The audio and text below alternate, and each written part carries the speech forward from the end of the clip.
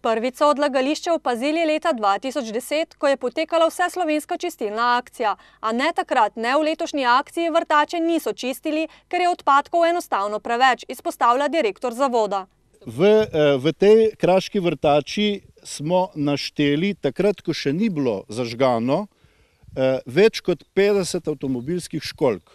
Našli smo celo, takrat, ko še ni bilo zažgano, kantice razne in posode od pesticidov, fungicidov, ne vem česa še.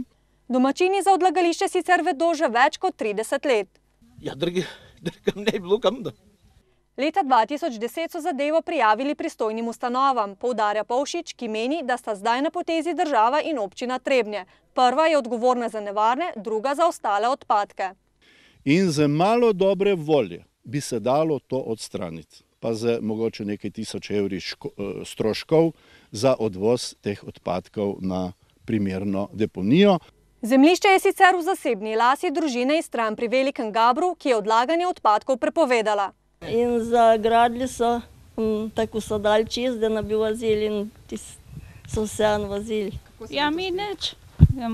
Ljudje morajo sami, ne.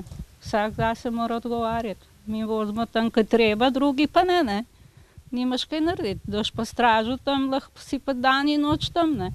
Kdo tja vozi odpadke, ne vedo, imajo pa na ta račun veliko škode, še izpostavljata.